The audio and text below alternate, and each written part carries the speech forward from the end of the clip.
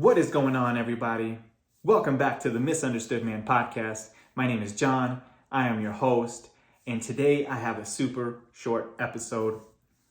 But it's something that I have found in my personal life and with the guys that I work with to be super fucking important. And I needed to get it out. So if you find yourself in a position where you feel like you have lost control of your life, right? So the last episode went into the 5 things that you can do that's going to create change if you stay consistent with it. But now I want to talk about today 10 things that you can take control of right now in order to feel like you are in control of your life right now. So step number 1, very, very important and often overlooked, but you need to prioritize your sleep, or figure out how to increase the quality of your sleep. If your schedule doesn't allow for you to be able to get a lengthy amount of sleep, you need to figure out how to increase the quality of your sleep. And don't be ashamed of resting, right? If you need to rest, then fucking do it. Number 2, drink more water. A lot of people that I talk to aren't drinking anywhere close to the amount of water that they should be drinking.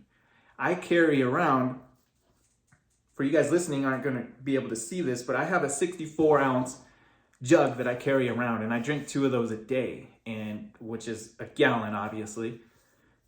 And what got me into that habit was when I was doing 75 hard, and now I have to drink, and I enjoy it, and I'm thirsty, right? I don't have to force that gallon down. It now just happens naturally. Number 3, get your heart rate going. Exercise, go for a walk, do something to clear your mind, to elevate your heart rate, right? And that's something, if you're feeling down, get up and go right away. Go for a walk. Do some push-ups, do some burpees. Take the dog for a walk. Take the baby for a walk. That's what I have to do. And it helps instantly. Eat food that is going to nourish your body. We take our bodies for granted, and we only get one body, right?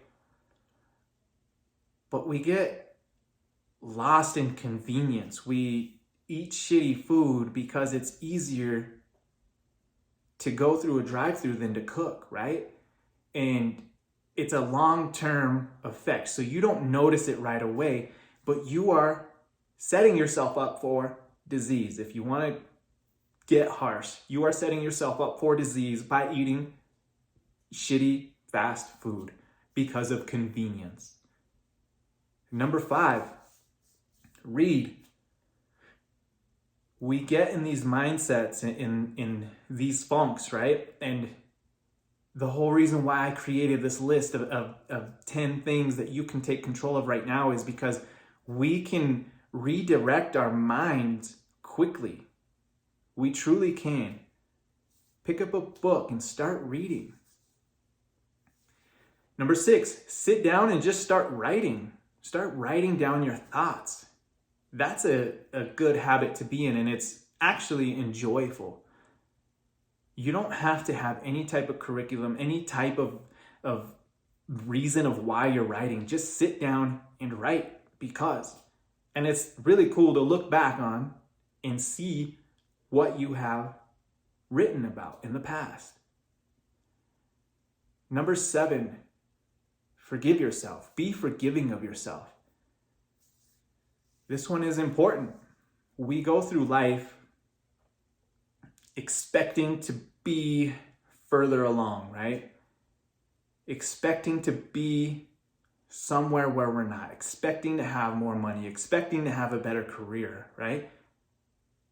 And we get mad at ourselves because we're not. Now, there is a point to where that can be toxic, right? If you are borderline borderline homeless or your family is borderline homeless, yes, you need to create change. You need to do something, right? But there is a point that you need to forgive yourself. And you need to understand that where you are, as long as you are still creating consistent action, where you are is absolutely where you need to be. And forgive yourself for not being where you expected to be or where you are comparing yourself, because a lot of times that comes from comparison as well. You expect to be further along because your friends are further along, or because somebody you went to college with is further along than you, right? Number 8, this one is huge and super hard at first, to be honest, but sit in silence. Allow yourself to sit in silence. Don't fall asleep. Don't have a book. Don't have headphones. Don't watch YouTube videos. Literally just sit in silence in your house, in nature, wherever you want to be, wherever you can be, and listen to what comes up. You will be fucking surprised on the answers that you get, on the messages that you get if you just allow yourself to sit in silence. If you only have 5 minutes, let that be. But if you can go 5, 10, 15, or even longer, I sit every quarter probably 4 hours in silence because of the messages I receive, because of the answers I receive, because of the clarity and the guidance that I receive. I challenge you to sit in silence. Number 9. This one is kind of a bundle, but speak up for yourself. Speak up for what you believe in. Set boundaries. Say yes to the things that you enjoy and say no to the things that you don't. Right?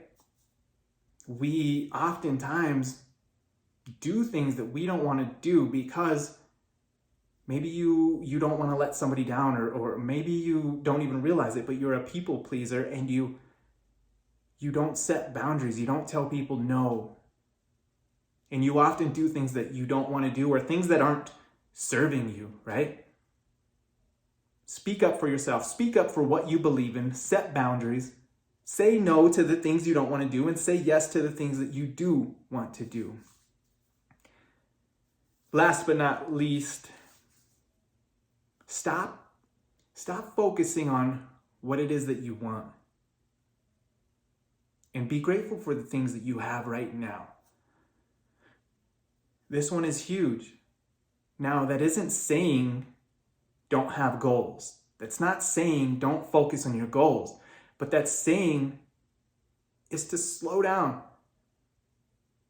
Realize the things that you do have right now so that you can be open to receiving more, right? Be grateful for the things that you have right now, even if it's not where you know that you want to be, or it's not the things that you know that you are meant to have, but be grateful for them, because when you're grateful for those things, it opens you up to receive more, to receive better. And you can't do that until you come from a place of gratitude. Now, what I want to leave you with, I want to challenge you to pick one of those things. Pick just one. Do it for a week. I guarantee you will feel better. And if you don't, message me and let's talk. But I guarantee you pick one of those, you do it for a week, you're going to continue to want to keep doing it for longer and longer because you will feel so good. All right, guys, I'm done. That's all I had today.